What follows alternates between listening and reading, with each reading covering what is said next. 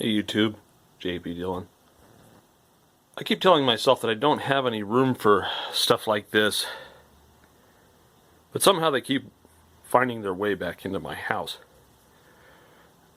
This is a 1978 Zenith System 3 I picked up from an OfferUp ad, and it was taken from an estate of a lady who died when she was 94. She bought the set brand new back in 1978. And she still had the original paperwork with it, which was kind of cool.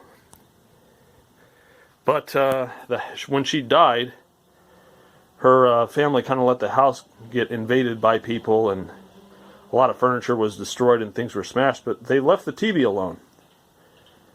Which is weird because there was no converter box or anything hooked up to it. There was an old cable box, but that wouldn't have worked because everyone's gone to digital.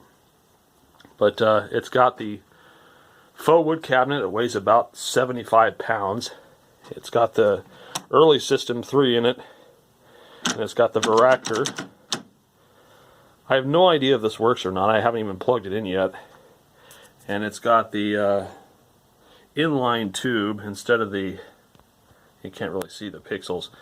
It's got the inline tube versus the Delta gun. So I'm just going to juice it, and we're going to see what happens here. And then we'll see what kind of condition it's in, and if it's worth pursuing, then we'll kind of tune it up and have some fun with it. But otherwise, yeah, it was just a shot in the dark. So let's plug it in and see what happens. Alright, power's applied. Let's see what happens.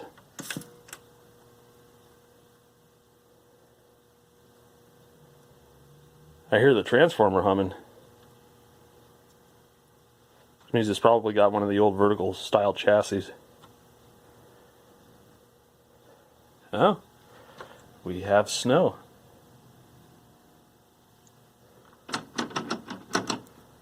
There's a couple of Mexican stations around here that broadcast in analog. Don't think I'm going to be able to pick them up here.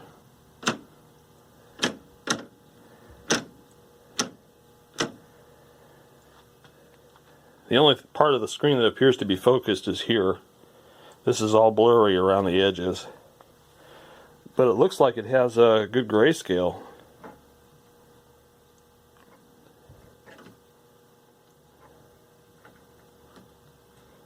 Huh. Pretty dirty volume control.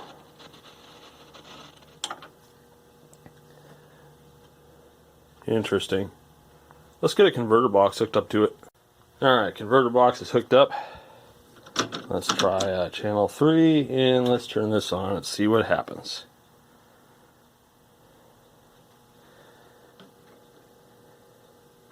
Got pretty good black level, actually. Good grayscale. Somebody either must have serviced this, or who knows. Alright, so we got some gobbledygook there. Let's see if we can move our antenna to a place where it works. Okay, good grayscale. That tube's got plenty of life in it. Look at that. And let's see how our colors look. Not very bright. Let's fine tune that thing. There we go. That's a little better. Tint, tint, tint.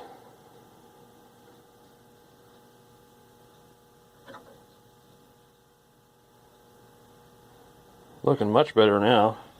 The camera really doesn't show it, but it's got really good flesh tones. Let's try another channel here. You got some classic television.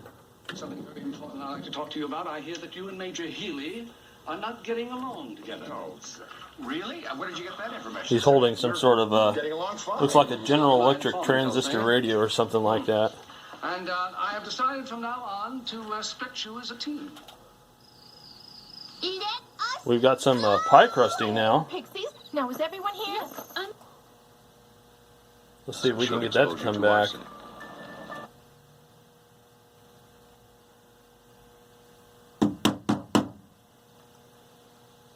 Yeah. Yeah, it was pie. We were seeing pie crusting effect there for a little bit. Of course, that could just be a dirty module or something like that. Oh, there it goes again. Twitch, twitch, twitch, twitch.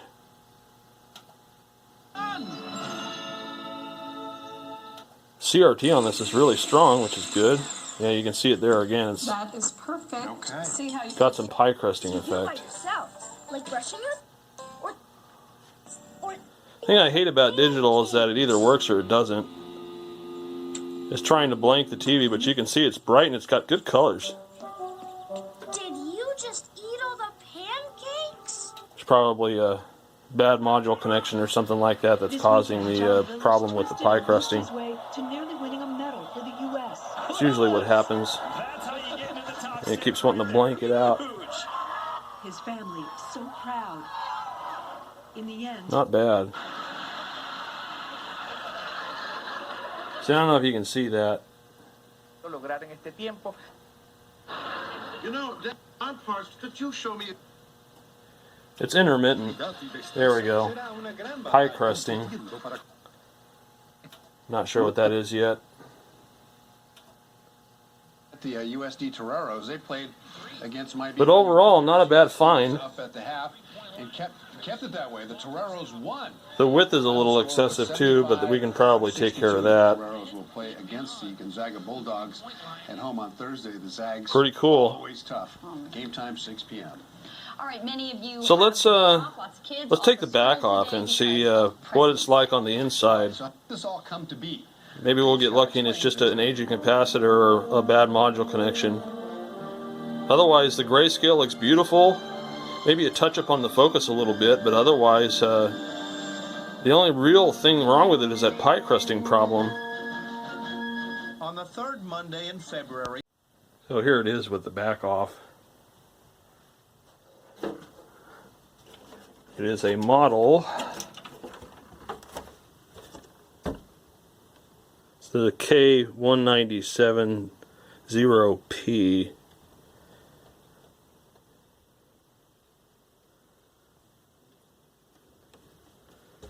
Let's see if there's any chassis number in here.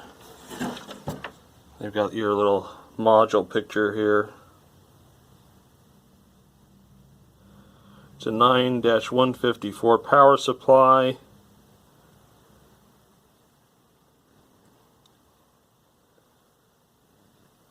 It's definitely got the inline tube. It's the 19 VHS P22. It's a Zenith chroma color tube.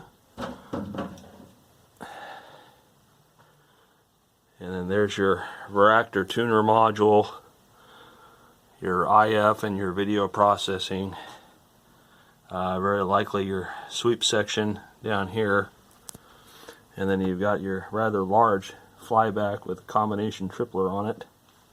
And your horizontal sweep. It's interesting how they have this one set up.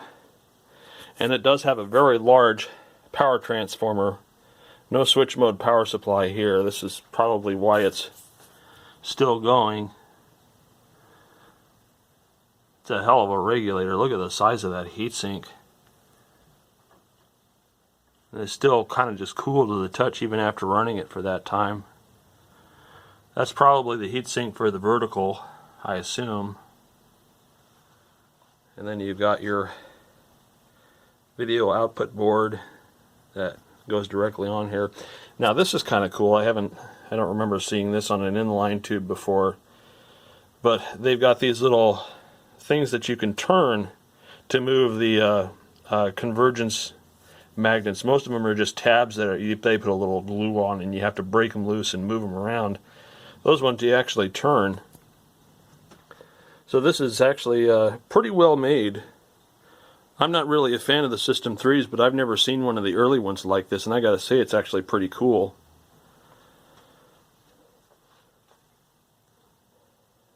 It didn't seem to respond to tapping on it as far as the pie crusting effect. But, you know, it could be a problem here on the sweep board. Oh, there we go. Let's get some light on that. they've got that caustic brown glue there on the horizontal driver transistor. I'm going to see if I can get it in there so you guys can see it. That's pretty awful. I mean, that's really awful. So that could very well be what's causing the problem. This brown glue stuff, you see it on older televisions and you see it on audio gear too. Sansui's, Yamahas. And as the glue ages, it becomes literally, it becomes caustic and it eats the parts in the board, and slightly conductive too. So what I'm going to do is just scrape all of that garbage off of there, and then maybe we'll retest it and see if the pie crusting effect comes back, and maybe before we turn it on we'll kind of look over the boards for loose connections and things. But so far I kind of like this thing. Well, unfortunately, what kind of happened, what I feared would happen did when I cleaned out the glue, is that one of the leads of this transistor here came with it. You can see the middle lead there with the ferrite bead on it broke off, and the leads have been severely weakened by the glue, and it broke off at a point where you can't really get to it. But you can see the glue just destroyed the metal leads. I'm going to pull this board out of here and see if I can do anything with it. If not, we're going to have to find a new transistor. I cleared most of the glue off, but you can see there's still a lot of it there and it needs to be removed. So I'm going to go ahead and pull this board out and we're going to check it over. Alright, so I don't know if you guys can see this, but I couldn't find any information on a cross-reference to this transistor here. So I just kind of did a dirty hack and I carved away at the plastic enough to expose the lead, and then I made a little eyelet and covered the eyelet with solder, and then put a dab of solder on the lead protruding from the case. Heated them both up to fuse them together, and so it's kind of crummy, but this is really the only way I can think of to get it done quickly. So we'll just take our little transistor checker here and we'll see if we can get it to identify what this is using the leads. Not sure if it'll work, but I'm hoping it will. And then we can put this back together. Maybe that will solve our pie crusting. And it says no component detected. Yeah, that's because our emitter lead broke off in there too. It was also weakened by the glue, so this is just getting more and more interesting. I think I'm going to get a diode tester and check and at least see if there's a junction between the base and collector. And maybe just do it on a whim on that. Or maybe it's time to just find some other part to put in there. So we got another lead soldered on there. And now it identifies as a NPN transistor, which is good. Current gain of 40, 2.5 milliampere test current, 0.7 turn on.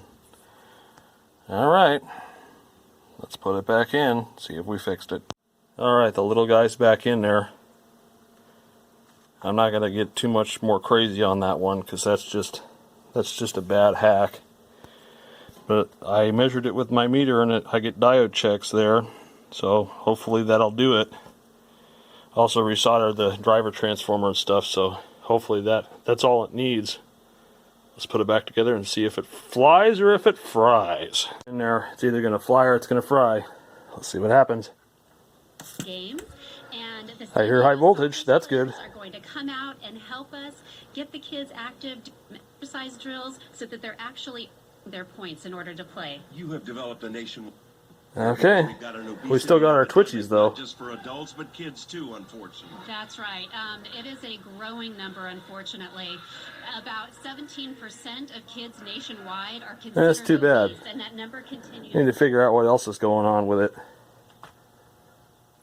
But we kind of averted catastrophe.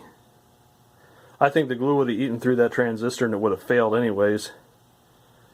But we definitely need to look at why it's still being twitchy. So anyway, that's part 1 of however many parts this one will be. Thanks for watching. More when we get to this one.